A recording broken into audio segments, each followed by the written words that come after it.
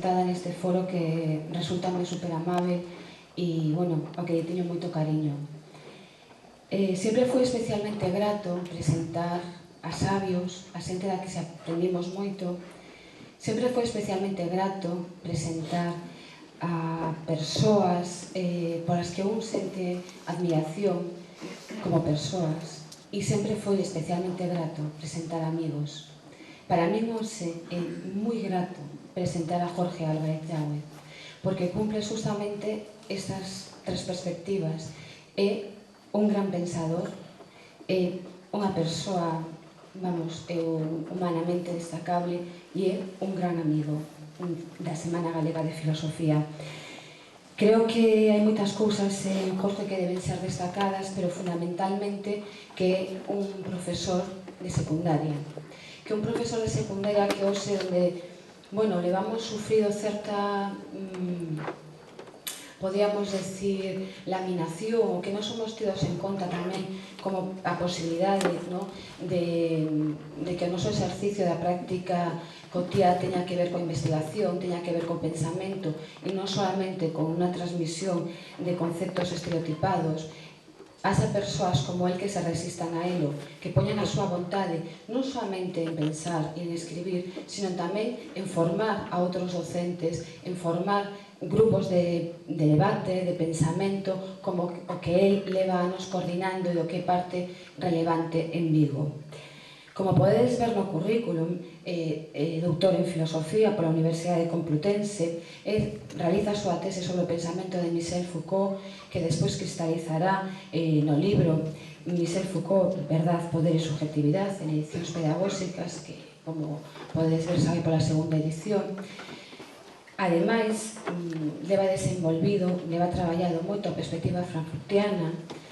É moi difícil destacar as liñas de traballo de Jorge porque é un pensador moi completo, con unha moi boa formación nos autores clásicos, que sabe escoller moi ben as liñas de pensamento que hoxe nos poden dar máis atisbos sobre que cuestións políticas, epistemolóxicas e ontolóxicas están en cuestión, que sempre é moi hábil na interrelación dos diferentes textos, é moi hábil plantexando cuestións aos filósofos cos que ten moi boa interlocución nos seus textos, tanto os escritos como as súas exposicións verbais. E exemplo delo, por exemplo, o libro publicado en Ludus, Individuo, Liberdade e Comunidade, que supoño que todos vos coñecedes, e no caso de que non sexa así, os recomendo a súa lectura. Bueno, participou no proxecto colectivo xunto con outros profesores e profesoras que están presentes na sala do libro Marx, Nietzsche e Marcuse, editado por Bahía. Tamén ten participado na Semana Galega de Filosofía, na Semana Globalización e Cambio de Milenio, que despois saiu á luz en forma de libro. Ademais, dirixiu de forma magnífica o monográfico de Grial, Liberalismo, Comunitarismo e Republicanismo, que marcan as tres líneas de pensamento político das que Jorge é plenamente coñecedor. Bueno, todos os seus artigos en diferentes revistas nacionais e internacionais non vou pasar a reseñalos, solamente, bueno, quisera voltar outra vez a destacar ese labor de capacidade para crear un grupo, para traer diferentes problemáticas filosóficas, políticas e sociais, para ser capaz de, bueno, non quero decir ser o motor, pero sí, en certa medida, ter a capacidade, todos sabemos o que costa levar a cabo proxectos colectivos e ter a capacidade de dinamizar e de tirar por ese proxecto. Ten varios libros en preparación que todos desexamos que pronto vexan a luz, porque é un placer ler a Jorge Álvarez Yáguez e un placer escoitalo como hoxe sobre este tema, políticas da natureza, pois agardamos. Bueno, muchas gracias. Espero que todo lo que hayas dicho se tome como función expresiva del lenguaje, no función representativa de las tres perspectivas que señalas, pensador, no sé qué. Solo me parece que la última es la que corresponde a la realidad, como bien se ha mostrado, la de buen amigo, ¿no? Bueno, vamos al asunto. Bueno, muchas gracias, lo que decir tiene al Aula Castelao por esta invitación. La verdad es que cuando pues es la segunda vez, pues se me ha hecho, siempre tengo la duda de que pinto yo ahí Y en esa duda puede parecer una cierta desconsideración, pero es todo lo contrario, me llena de responsabilidad y de ahí pues que no sea así. Entonces, mi reconocimiento por esa invitación. Bueno, el tema que pretendo exponer, que es exactamente el análisis del biopoder en el marco de las políticas de la naturaleza, es un tema, en la primera ordenación que he hecho, pues muy amplio, y ya he optado por dejar muchas cuestiones sin abordar, pensando que también el coloquio puede dar pie a ellas, y muchas otras que sí quisiera al menos tocar. Lo haré de una forma un tanto dogmática, porque quedarán meramente esbozadas cuando no simplemente enunciadas, ¿no? Entonces espero que en cualquier caso eso queden como cabos para que, si alguien quiere, pues se puedan retomar. No sé, que hay aquí gente muy ya formada y experta en algunas de las cuestiones de las que voy a hablar, pues es también una invitación por si alguna de esos cabos les sugiere algún comentario. Bueno, empezaré por una cita que es la que me va a servir de eje todo su análisis para el tema de hoy, de Michel Foucault, cuando decía lo siguiente.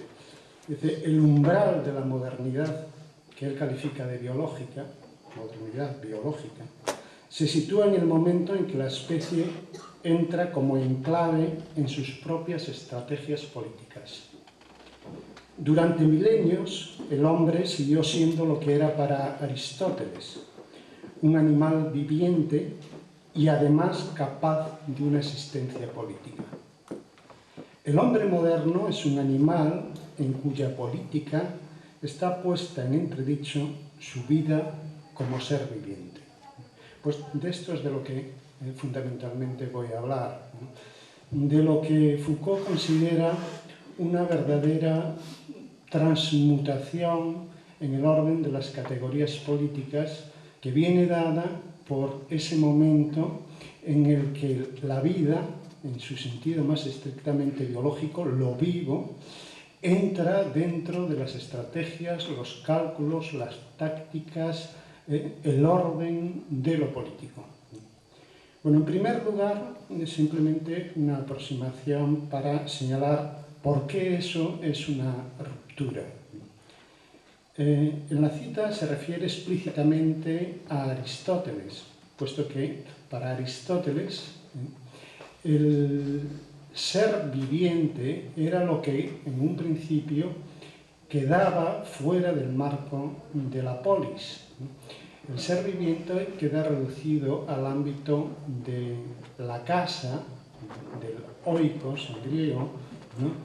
Y es todo el conjunto de necesidades, el conjunto de relaciones que se da en ese medio, el que debe de algún modo ser superado para poder entrar en la polis, que ha de regirse por una lógica que ha de ser enteramente distinta a la que reina en este medio.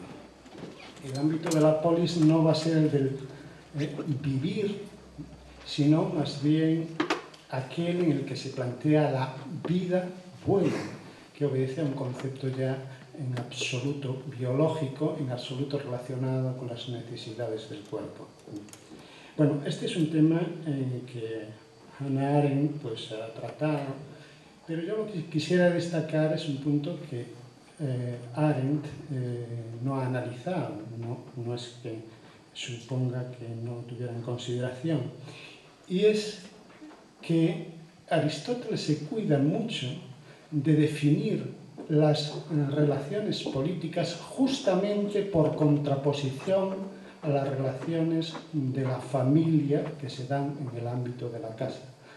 Todo el libro primero de la política justamente comienza por esto, algo que se suele pasar por alto, puesto que se suele entender como la típica ordenación de Aristóteles, cuidadosa para situar la política como una comunidad que sucede a la aldea y esta a su vez sucedía a la de la casa, a la de la familia. Pero en realidad Aristóteles está dirigiendo contra Platón, contra Sócrates, contra tantos otros que creían ver justamente en la casa, en la familia, el modelo de lo político. Entonces, ese libro es un libro muy polémico porque tiene una dirección crítica muy concreta, perfectamente determinable en su tiempo. ¿Qué nos dice desde su comienzo? Pues nos dice que el político, el ser político, es algo muy distinto de lo que es el rey, en los términos sería ser basilicón, ¿no? De lo que es lo que podríamos llamar el ecónomo, el administrador de la casa, el oikónomos, ¿no? De lo que es el amo de los esclavos, justamente la palabra es déspotes, el adjetivo despoticón, ¿no? El politicón ni es basilicón, ni es rey, ni es despoticón, ni es déspota, ni es oikonomicón, ni es ecónomo. De hecho, todas las relaciones que se dan en una familia son justamente aquellas frente a las cuales se define en lo político. Muy rápido.